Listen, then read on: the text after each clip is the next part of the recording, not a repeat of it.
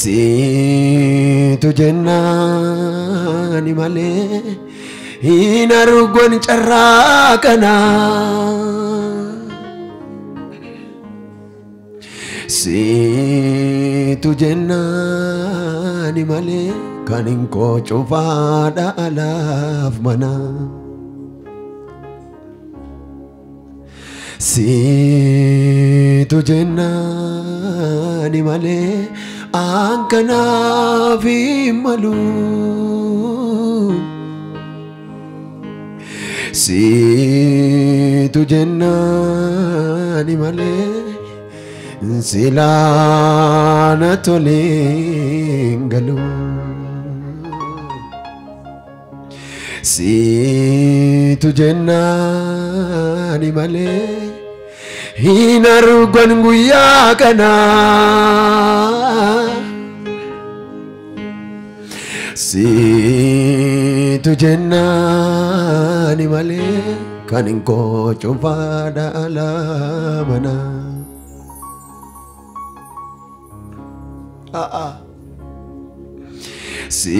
Situ jennani male Anin kanafi malu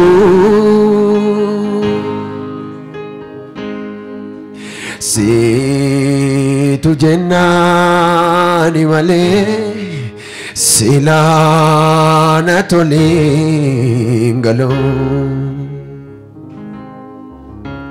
Situ jennani male Hinargon charrakana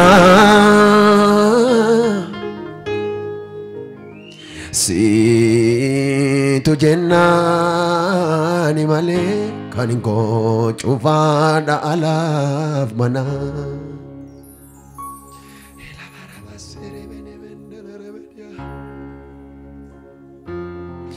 Karake narge mani karake Karake narge mani karake Karake narge mani biftul vina Karake narge mani karake Karake narge mani karake Karake narge mani bari vayina Makake tinkabaje akichu sirralateda Situna sirresem torako annama sin ole bulela ila Makake tinkabaje akichu sirralateda Situnam kajeltem torako annama singargara meda Arkechol kasati malitani sivakes enyutani sikite malitani sivakes enyutani malitani sivakes Malitani sivakes enyutani Malitani sivakes enyutan nzigitesa Malitani sivakes enyutan zigitesa Arka kesale sagale ufrandane Malitani sivakes enyutani Malitani sivakes enyutani Nagamu Malitani sivakes eenyutani hadagamu maalitani sifakkee eenyutani ani maalitani sifakkeessa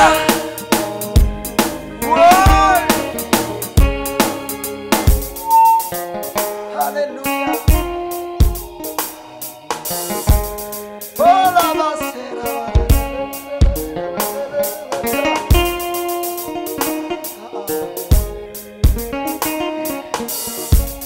natti jaarte dallaan diigamne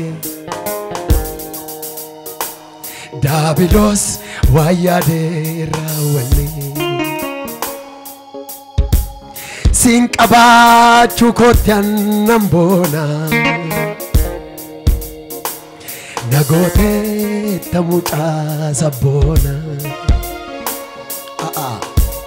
natti jaarte dallaan diigamne diinni koo waa yaadee raawwanne si qabaachuu kootti annan boona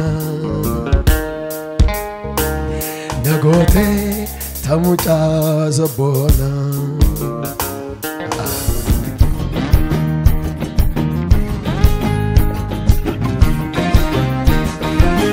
Macaafa seera uumamaa boqonnaa tokko lakkoofsa tokkorraa eegalee Waaqayyo jalqabatti bantiiwwan waaqaaf lafaa uume lafti bifan qabu onaas ture callabboo gadi fagoorra dukkanatu ture hafuurri Waaqayyoos bishaanirra hin socho'a ture Waaqayyo ifni haa ta'u jedhe ifnis hin ta'e Waaqayyo ifichi gaarii akka ta'e hin arge ifichas dukkanichatti gargar hin baase Waaqayyo ificha guyyaa dukkanichas halkan jedhee hin moggaase galgallis ta'e ganamni ta'e kuni guyyaa tokkoffaadha Waaqayyo bishaan keessatti bantiin akka waciitii gombifame tokko haa ta'u innis bishaan isa olafeef isa gadi hafe gargara baasuu jedhe Waaqayyo bantii akka waciitii kana itti godhe bishaan bantii kanaa ol gadi jiru bishaan bantii kanaa ol jirutti gargar hin baase akkasumas hin ta'e Waaqayyo bantii sana waaqa jedhee hin moggaase galgallis ta'e ganamni ta'e kuni guyyaa lammaffaadha Waaqayyo bishaanonni bantii waaqaa kanaa gadi jiran iddoo tokkotti walitti haa qabaman laftin bishaan irra hin ciifne immoo haa mul'atu jedhe akkasumas hin ta'e Waaqayyo iddoo bishaan irra hin ciifne sana lafa bishaanota walitti qabaman sana immoo galaana jedhee hin moggaase kunis gaarii akka ta'e hin arge amma immoo Waaqayyo lafti biqila habaasu dhaabaan akka qomoo isaatti sanyii godhatu mukeetiin ija kennan iji isaanii immoo sanyii of keessaa qaban adduma addaan akka qomoo isaaniitti lafarratti argaman jedhe innis akkasuma hin ta'e lafti biqila dhaabbaa sanyii godhatu akka qomoo isaatti mukeetii ija kennan iji isaanii immoo sanyii of keessaa qaban adduma addaan akka qomoo isaaniitti hin baase kunis gaarii akka ta'e Waaqayyo hin arge galgallis ta'e ganamni ta'e kuni guyyaa sadaffaadha jedha mata duree Waaqayyo dhimma kee karooraan qabeera kan jedhu jalattan dubbadhaa kitaaba seera uumamaa kana jechuudha traditionally kan barreessu Museedha jedhama dhaloota Kiristoos dura bara 1446 hamma 1406 gidduutti saba Israa'eliif isaaniin booddees generationiin jiran akka itti fayyadamaniif ergaa kana barreessa egaa akka waliigalaatti gaafa ilaallu kitaabni qulqulluun wantoota gurguddaa garaagaraa sadii nu barsiisa tokkoffaan waa'ee uumaa lammaffaan waa'ee uumamaa sadaffaan walitti dhufeenya isaan lamman gidduu jiru redemptive work of God isa jennu hojii fayyisuu Waaqayyo abbaan karaa ilma isaa Yesuus Kiristoos raawwate jechuudha gara kitaaba kakuu moofaatti gaafa deebinu immoo kitaabni kakuu moofaa 39 gaaddidduu kitaaba kakuu haaraati kitaabni kakuu haaraa immoo raawwii kitaaba kakuu moofaati kana jechuun isa kakuu moofaa keessatti dubbatametu kakuu haaraa keessatti fulfilled ta'e jechuudha hin raawwatame jechuudha so kitaabni kakuu moofaa it is the shadow of the books of New Testament jenna gara kitaaba seera uumamaatti gaafa deebinu seerri uumamaa boqonnaa 50 qaba lakkoofsa 1533 seerri uumamaa guutummaan isaa waan gurguddaa sadii nu barsiisa inni jalqabaa waa'ee uumamaati lammaffaan cubbuuf kufaati sadaffaan nama fayyisuudhaaf strategic plaanii Waaqayyo ifoomse argina waa'ee uumamaa cubbuuf kufaati fi nama fayyisuudhaaf karoora gara fuula duraa karoora Waaqayyo ifoomse argina kitaabni seera uumamaa kun bakka sadiitti qoonnee ilaaluu dandeenya paartiin jalqabaa tokko amma 12tti kan jirtuudha achi keessatti kan nuti arginu seenaa uumamaa waa'ee cubbuuf Waaqayyo saba muraasa filate Abrahaamitti mul'ate jechuudha. Uummata addunyaa bira ga'uudhaaf akkaataan itti adjust godhee argina. Gara seera uumamaa boqonnaa tokkotti immoo gaafa deebinu seerri uumamaa boqonnaan tokko lakkoofsa 31 qaba. Hojii Waaqayyo hojjete hojii gurguddaa 5 argina seera uumamaa boqonnaa tokko gaafa dubbisnu. Inni tokkoffaan daawwannaadha. Daawwannaa geggeesse Waaqayyo. Lammaffaan pilaaningiidha. Karoora qopheessuu. Sadaffaan haala mijeessuudha. Arfaffaan sirna uumamaa raawwachuuf. Shanaffaan resting time yeroo boqonnaati. Hojii Waaqayyo hojjete inni tokkoffaan daawwannaa geggeesse. Isa kitaabni qulqulluun bara durii jedhee dubbatu qabne gaafa laallu ardiiwwanarra torba jedhamanii dubbataman duratti garuu tu Waaqayyo sirna uumamaa irraawwateen fuuldura jechuudha. Torba osoo hin taane bakka lamatti qooduu dandeenya. Innis isa gara oliif isa gara gadi jennee makeenya. Isa gara oliirra uumaan ergamoota isaa wajjin jiraachaa isa gara gadii kanas kontrool godhaa ture. Sirni uumamaa kun utuu hin geggeeffamin jechuudha. Inni gara gadii kun utuu Waaqayyo sirna uumamaa hin geggeessin fuuldura wantoota gurguddaa garagaraa sadiin golgamee ture seera uumamaa boqonnaa tokko lakkoofsa 1-2 isheenis void darkness impit onaa gogaa duwwaa dukkanaa'a. Maal jedhee barreesse Abbaa Gammachiis kutaa anamma dubbiserraa lafti bifan qabu onaa ture callabboo gadi fagoorra dukkanaatu ture jedha. Onaa jechuun gogaa jechuudha. Hibriiwusaarraa bifa kan hin qabne boca kan hin qabne kan hin qaqqabatamne kana kan hin jedhamne akka ta'etti tukaa. Egaan Waaqayyo hojii isaa isa jalqabaa keessa daawwannaa geggeessenne uumaan otuma jiraatu kitaabni qulqulluun maal jedha barri jireenya Waaqayyoo dhuman qabu jedha. Waa'ee Waaqayyoo gaafa kaasu eternitiidha. Kana jechuun maa inni bara akkasii jiraachuu jalqabe jedhamee hin dubbatamu hamma waggaa akkasiitti jiraates jedhamee hin kaa'amu. Kanaaf barri jireenya Waaqayyoo dhuman qabu jechuun lafinni jiraachuu eegaleef lafinni itti xumure hin jiru. Bara baraan kan jiraatudha jechuudha. So Waaqayyo utuma jiraatu guyyaa tokko daawwannaa geggeesse. Inni gara gadii kun otuma Waaqayyo jiru onaa ture gogaa ture duwwaa dukkanaa'aa ture. Waan hin qaqqabatamne waan hin argamne kana kan hin jedhamne shapeless formless ta'ee ture. Waaqayyo utuma jiru garuu Waaqayyo daawwannaa irratti hin geggeessine. Kanaaf guyyaa tokko Waaqayyo akka daawwatu murteesse. Amma gaafa Waaqayyo daawwatu maal ta'uusaa arge Waaqayyo onaa gogaa duwwaa dukkanaa ta'uusaa arge. Yeroo baay'ee otuma Waaqayyo jiru aktiif ta'e utuu Waaqayyo addunyaa kana kontrool godhee jiru dhimmi namaa onaa gogaa duwwaa dukkanaa ta'e mataa. Waaqayyo jira otuma Waaqayyo jiru garuu silent ta'ee jira. Waaqayyo jira garuu cal jedheetu ilaalaa jira. Hamma isheen onaa gogaa duwwaa dukkanaa taatee teessu Waaqayyo cal jedheema ilaalaa ture jaarraa hedduudhaaf. Guyyaa tokko garuu daawwachuu murteesse. Wantoota ati jireenya kee keessatti ta'u mana kee keessatti gaa'ela kee keessatti ta'u tajaajila kee keessatti karaa kamillee onaa gogaa duwwaa dukkanaa ana jalaa ta'e hafe kun jette isa yeroo dheeraaf garaan kee itti gadde ilaalaa man jira siin jedha Waaqayyo. Erga hin ilaala ta'ee maaliif cal jedhee taa'ere kan jettu hoo jiraatte onaa gogaa duwwaa dukkanaa isa ta'e kana Waaqayyo ganama kana daawwadheeraa jedha. Hojii Waaqayyo hojjete inni tokkoffaan daawwannaadhaa jenne. Jireenya namaa keessatti wanti guddaaniif guddaan iddoo olaanaa qabachuun kan isarra jiru humna guddaa qabaachuu miti, fira baay'ee qabaachuu miti, qabeenya danuu qabaachuu miti, yookiin baajata hedduu qabaachuu miti. Jireenya namaa keessatti wanti guddaaniif guddaan Waaqayyoon daawwatamuudha. Mana namaa, jireenya namaa, gaa'ila namaa, karoora namaa, tajaajila namaa, waldaa namaa Waaqayyo daawwannaan ga'aadha. Ila ganama kana lafan jiru iyyuu namin beeku nami nan argu firatti citee maatiitti biyyatti citee suuqatti galee dhokadhe kan jettoo jiraatte haalati keessattan cabe kufe bade jettu keessatti Waaqayyo ganama kana si daawwadheeraayedha. Maaltu onaa gogaa duwwaa dukkanaa si jalaa ta'ee ilaalaa jirta ati? Dookimentii haa ta'u, abjuu kee haa ta'u, mul'ata kee haa ta'u, hamilee kee haa ta'u, whatever onaa gogaa duwwaa dukkanaa na jalaa ta'e isa jettu Waaqayyo ganama kana ani daawwadheeraayedha. Egaa lammaffaan karoora qopheessuudha. Planning seera uumamaa boqonnaa tokko kana keessatti kan nuti arginu karoora qopheesse Waaqayyo isa kitaabi qulqulluun barri jireenya Waaqayyoo dhuman qabu jedhee dubbatu qabnee gaafa ilaallu wanti gaaffii namatti ta'u maa inni Waaqayyo durdurii qabee jiraachaa ture erga ta'e maal hojjechaa ture eessas ture kan jedhu gaaffii. Waaqayyo sirna uumamaa kana utuu hin geggeessin fuuldura karoora qopheessaa ture laata kan jedhu garuu xiinxala kooti. Sababni isaa wanti hojjetamu tokko karoora malee hojjetamnaan galma ga'uu hin danda'u. Mana jaarsi karoora malee jalqabame, barumsi, tajaajilli, jiruuf jireenyi karoora malee jalqabame xumura argachuu hin danda'u. Xumura godhates xumurri isaa yeroo hundumaa rakkoo godhata. Sanyii sammaa argitan kana kaartaa pilaaniin itti ba'e karooraan haalaan hin hojjetamne taanaan yeroo hundumaa manni ijaarsa jireenyi kamillee karooraan hin geggeeffamu taanaan yeroo hundumaa balaa qaba. Sababni isaa karoorri jireenya namaa keessatti iddoo olaanaa qaba sababa ta'eef. Karoorri jireenya namaa keessatti iddoo olaanaa akka qabu kitaabni qulqulluun namoonni Waaqayyoo saalaan cimsanii dhugaa ba'u. Namni Waaqayyoo tokko waggaa 6 kana balaa helikooftera xiyyaaraatiin maatii isaa jina addunyaa kanarraa kan darbe Miles Moneroodha. Kitaaba isaa The Principles and Power of Vision kan jettu keessatti maal jedha? The poorest person in the world is a person without plan and vision jedhe.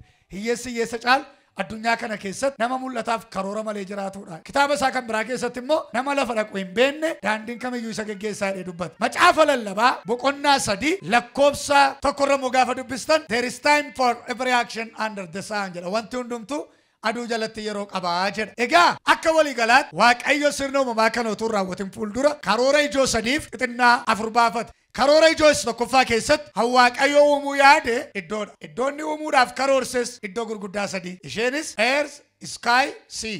Samii, dachee fi galaana. Karoora ijoo isa lammaffaa keessatti Waaqayyo uumuudhaaf yaade immoo iddoo mijeesse sana sadan irratti uumama gosa garagaraa fiduudha. Uumamni inni fiduudhaaf yaades saayintifikaalii amfibiyaanotaaf riptaayiloota inni qabachuu dandeenya. Seera uumamaa boqonnaa 1 lakkoofsa 11 amma 25 akkuma kana immoo boqonnaa 7 lakkoofsa 1 amma 4 gaafa dubbistan uumama gosa 5 argina. Isaanis qullaa'ootti kan ilaalaman, qullaa'ootti kan hin ilaalamne, lafarra kan munyuuqan, qilleensa keessa kan balali'aniif galaanatti kan galan. Karoora ijoo sadaffaa keessatti Waaqayyo uumuudhaaf yaade immoo hooggantoota uumama sanaati yookiin manaajeroota nama anaaf isiniin jechuudha. Waaqayyo karoora ijoo kana gaafa qindeessu yeroo irratti hojjeteera yooma nuuma kan jedhu jechuudha. Wantoo irratti hojjeteera object ishee jennu yookiin source isa jennu madda ishee maalirraan fida kan jedhu jechuudha. Akkuma kana akkamittiin an fida kan jedhu irrattis hojjeteera method ishee jennu. So Waaqayyo karoora ijoo na gaafa baafatu akkamittan fida kan jedhu jalatti aboo arraba koon fayyadama kan jedhu murteessa. Saayinsi jedha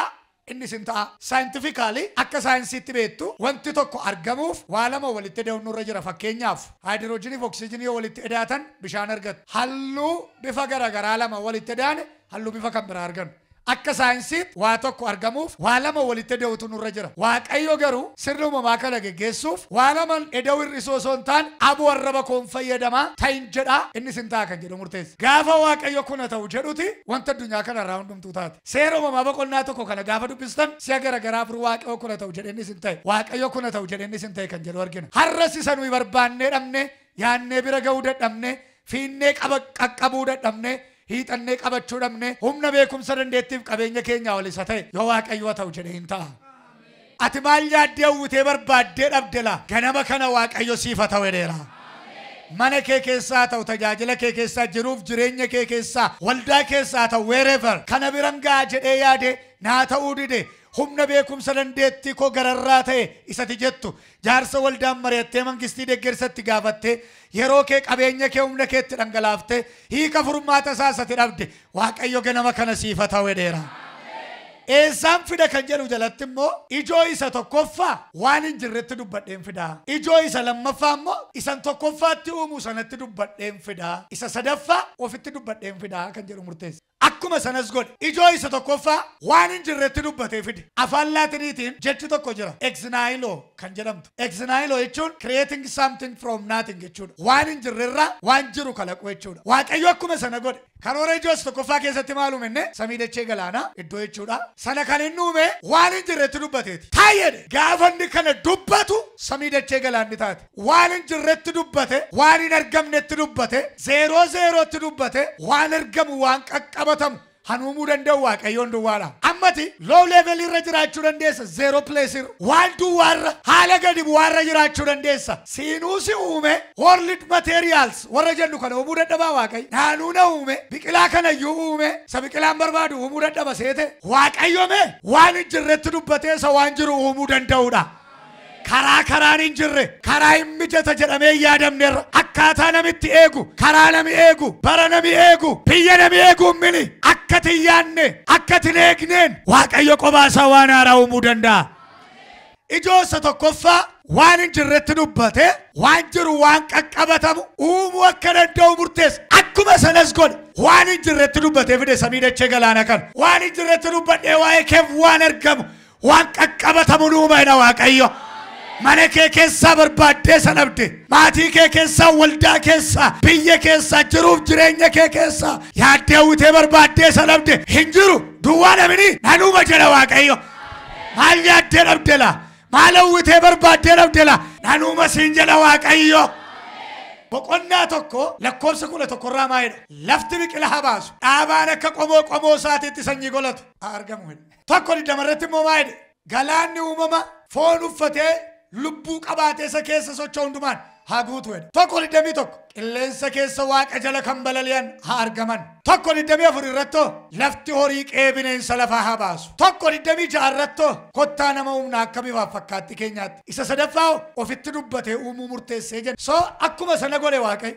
Isa tokkoffaa waan hin jirretti dubbatee fide samii dachee galaana kana. Isa lammaffaa immoo jarattiitti dubbatee fide samii dachee galaanatti. Isa sadaffaa ofitti dubbatee fide nama jechuudha. Tokko 11 irratti biqiloota gaafa uume lafti biqila haa baasu jedhe lafatti dubbate. Tokko 20 qurxummii gaafa uume galaanatti dubbate galaana keessa kan socho'u uumame lubbuu qabaate foon uffate haa argamu jedhe. Tokko 21 simbira gaafa uume qilleensatti dubbate Waaqa jala qilleensa keessa kan balali'an haa argaman. Tokko 24 bineensa gaafa uume lafatti dubbate lafti horii qe'ee bineensa lafaa baasu. Tokko 26 nama gaafa uume ofitti dubbate kottaa nama humna akka bifaaf fakkaatti keenyaatti. Waaqayyo lafti biqilaa baasu jennaan lafti biqila of keessaa baase Waaqa jala kan balali'an qilleensa keessa kan socho'an haa argaman jennaan qilleensi simbira of keessaa yaase. Lafti horii qe'ee bineensa lafaa baasunnaan dacheen bineensa of keessaa yaafte galaana keessa kan socho'an argaman jennaan galaanni qurxummii of keessaa yaase nama ofii isaatti dubbatee fide. Kanaaf maddi biqilootaa biyyeedha, maddi simbiraa qilleensaa, maddi bineensaa dacheedha, maddi qurxummii galaanaa, maddi namaa Waaqayyoodha. Uumamni kun hundumtu hamma har'aatti madda isaa wajjin walii galee jiraachaa jira. Tokko duwwaan rakkisaa ta'e innis nama. Biqiloonni biyyee malee hin jiraatan sababni isaa madda isaaniiti gatii ta'eef. Ammatu fiddanii lishoon irra dhaabdanii hin kufti hin goddi jiraachuu hin dandeessu biyyee malee biqiltuun. Simbirri qilleensa keessa balaliite malee bashannantee nagaatti hin jiraattu madda isheeti gatii ta'eef. Qurxummiin galaana keessaa yoo baate hin duuti sababni isaa madda isheeti gatii ta'eef. Namnis Waaqa malee hin jiraatu sababni isaa madda isaati gatii ta'eef. Yoo qurxummiin galaana keessaa ba'uuf kaate harkisi galaanaa ofitti deebisana dhiiftee saratta. Ani madda keeti natti adda baanaan hin jiraattu hin duuta. Qabii ofitti deebisa harkisi galaanaa. Biqiloonni biyyeetti adda ba'uuf yoo kaate biyyeen kun hidda biqilootaa jabeessee ofitti qaba. Natti adda baanaan hin godda hin kufta. Hanumarra dhaabadhu anoos hin danda'a. Anoos hin baadha. Biyyeen ofitti qaba hidda biqilootaa. Bineensoliin warri boolla qotanii boollatti galan illee karaa qilleensi galu hambifatu malee achumatti shagamanii nafan madda isaaniiti gatii ta'eef walii galanii jiraatu. Joobirri baay'ee achi ol fagaatee balali'ullee hamma har'aatti wanti Waaqaatti hin galle yookiin lafa keessa gadi hin banne. Kitaaba qulqulluu keessa gaafa dubbistan harreen ergaa dabarsiteetti gaaf tokko Bala'aamitti lukkuunis dubbatteetti Phexros irratti hamma har'aatti harreen butamtee bantii Waaqaatti galte. Fardi ol kaatee butamtee bantii Waaqaatti galte yookiin joobirri ol ba'ee kan jedhu kitaaba qulqulluu keessaan argattan sababni isaa yoo isheen achi ol ba'uuf kaate guulli harkisa dachee harreen fardi kun yoo lutaal guulli harkisa dachee eersi giraafiti isheen jen 9.8 something dur qabee ofitti deebise na dhiiftee eessa dhatta.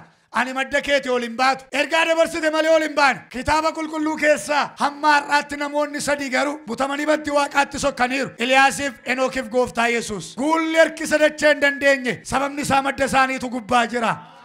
Gaaf tokko aniyyuu atiyyuu gaaf tokko butamnee gara madda keenyaa deemna. Waan ati hir'uudha. Negatiivii keessa jira jettu muraasa isatti jettu sanas itti dubbadheen bifan itti godha maqaa isheen geddara bifa isheen geddara saayizii isheen geddara. Ameen. Karoora ijoona Waaqayyo gaafa qindeessu yooma nuuma kan jedhu jalatti immoo guyyaa ja'atta nuumee fixa jedhee xiyyeeffannoon isaanii guddaan ilmaan namaa irratti gatii ta'eef kamiyyoon dura namaaf gaarii ta'a kan jedhu erga xiinxalee ja'a sadii firee bakka lamatti ishee baase sadii ishee tokko qobaatti keete ishee tokko irraa immoo lama hir'ise sadii irraa lama yoo hir'iftani tokko tafaa kanaaf bakka sadiitti baase jechuudha. Guyyaa ja'atta nuumee fixa jedhee kamiyyoon dura namaaf gaarii ta'a kan jedhu erga xiinxalee ja'a sadii firee bakka lamatti baase sadii ishee tokko qobaatti keete ishee tokko irraa immoo lama hir'ise sadii irraa lama gaafa hir'isu tokko taati. Kana jechuun bakka sadiitti baasee jechuudha tokkoof lamaaf sadiitti baasee tokko lama sadii yoo walitti daatan immoo ja'a taati.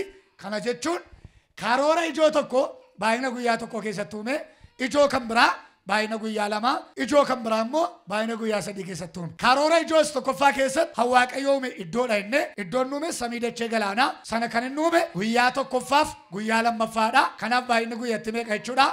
Lama seera uumamaa boqonnaa tokko lakkoofsa tokko amma 10tti arganna. Karoora ijoo isa lammaffaa keessatti kan inni uume uumama gosa 5 amfibiyaanotaaf reptaayiloota sila sinii kaas sana kan inni uume guyyaa sadaffaa guyyaa arfaffaaf guyyaa shanaffaa kanaaf baay'inni guyyatti meeqa jechuudha sadii jechuudha seera uumamaa boqonnaa tokko lakkoofsa 11:25 argattu karoora ijoo sadaffaa keessatti kan inni uume hooggantoota uumamaa yookiin manaajaroota nama anaaf isiniin jechuudha sana kan inni uume baay'ina guyyaa tokkittiiti guyyattiinis guyyaa ja'affaadha uumama tokko 26:31tti arganna kun karoora ijoo waaqayyo qopheesse gaafa ta'u ganama kanas waaqayyo waa'ee keef karoora ijoo baaseera karoora xixinnaa waaqayyo baafate immoo afurtu jirti isheenis gaaffiiwwan bu'uuraa arfan dabalachuu question ishee jennuuf deebii laata what how where when ishee jennu maalanuuma attamittanuuma eessattanuumaa fi yoomanuumaadha maalanuuma kan jedhu jalatti uumama gosa lama uumama murteessu tokkoffaan uumama irraa addunyaa kana irratti argamu kan sochoof kan hin sochoone yookiin isa lubbuu qabuuf lubbuu hin qabne hundumaa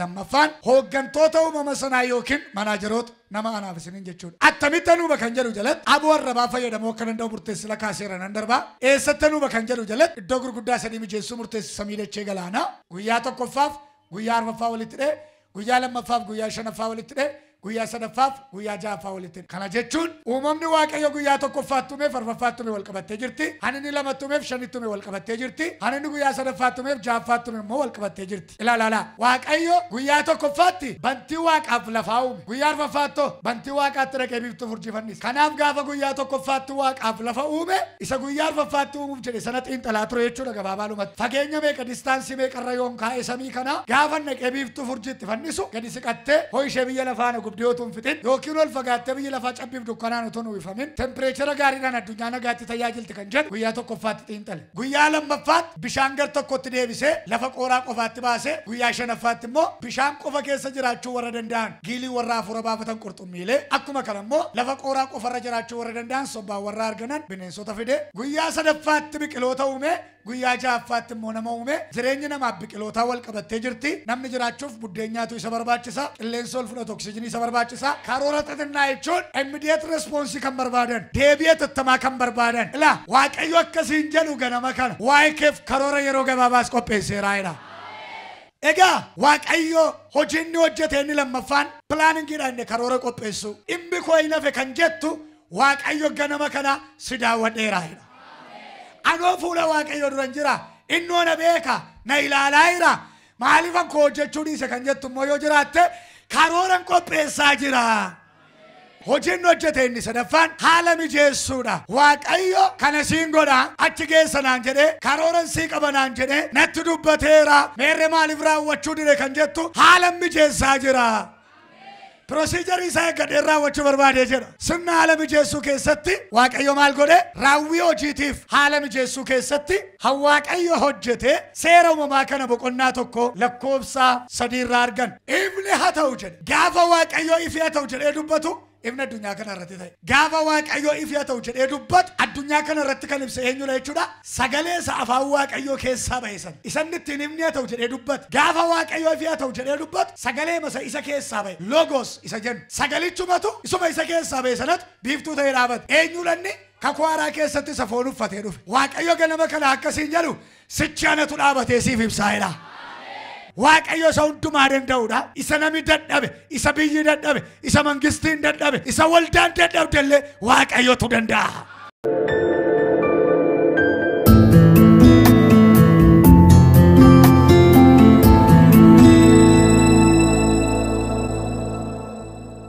Roobin jedhama. Dura jasa kana baay'ee dhukkubbii keessa darbee baay'ee dhukkuba incimmaa gubbaatti ba'ee mala'a irra darbee gurra isaatti nam'ee gurra isaa sana keessaan immoo asiinolee malaa ture. Qaniidhaan keessaan xaragaa qaniidhaan hin xaragaa waan tokko iyyuu gochuu didee qoricha iddoo itti da'ee dhaqee fuudhee fiennaan qorichichas itti diddibaadhuma waan tokko iyyuu qorichichi somaa gochuu didee achiin as dhufee lafa kanarratti raajiiffaa harka isaanii irra naa kaa'anii mucaa kana naa kadhatanii ijji isaa dhugaa dubbachuudhaaf baay'ee wal caala ture. Har'a garuu erga isaan naa kadhatanii kinoo ijji mucaa koo wal qixxeedha. Waaqayyo mucaa koo ija isaa wallaa qixxeessee waaqayyoon harka walitti buusaatii waaqa guddaa kanaaf ulfina laadhaa. Inni lammaffaan immoo asitti dhufeen obboleessa koo dhukkuba ture guyyaa lammaffuusaa immoo garmalee itti cimeera dafii kootu dhaqqabinaan jedha achuma raanaan fiigeen lafa kana dhufee achiin bishaanis deebi'ee fudhee bishaan kadhataa kana fudhadhee tannan anis asii amaneen bishaan sana fudhadheetiin nan deeme achi gaafan ga'u hospitaala keessa ciisee jira bakka akkasitti untini ta'e ciisa malee baay'ee dadhabee jira achuma raananii tarreen jedheen naan jedhe maal taateen naan natti dubbachuu dadhabe taa'oomee bishaan kana dhugedheen borsaa kiyya keessaa bishaan gaafan fuudhee deemu silan dubbatu ture beenxeemboon jaalatanii achinarraa fi bishaan kan achuma raanaan rifadheen homaa miti bar bishaan qulqulluudha kinoon iyyuu nan dhugaadhe tanan irraa ofii kiyyaa bakka isaa sanatti ofii kiyyaa qammaseen iddoonni ciisu sanatti gadi naqeen kanumaanan dhiisee achumaammi isaan geenyaan haadha manaasaa wajjiniin manatti gale yeroo nuyi waa qopheessinee hospitaalichatti deebinu inni baqaa maanni maal ta'ennaan dafqa garmaleen dafqee jedhee wayyaatti jiru sana natti ajaa'e wayyaan kun jedhee wayyaa isaa qayyaratee isa sila ciisu sana taa'eetiin hin nu eegee daqiiqaaf saatii otoo hin guutiin fayyinni waaqayyo achittis na wajjin deemee waaqayyoon naa galateeffadhaan jedha obboleessi koon fayyi. Galateeffadhaa fi waaqayyo saduwaa fuudhee jiraataa gochuu danda'u kana ammayyuu ulfinni isaatti xinnaata galateeffadhaa harka walitti buusaati.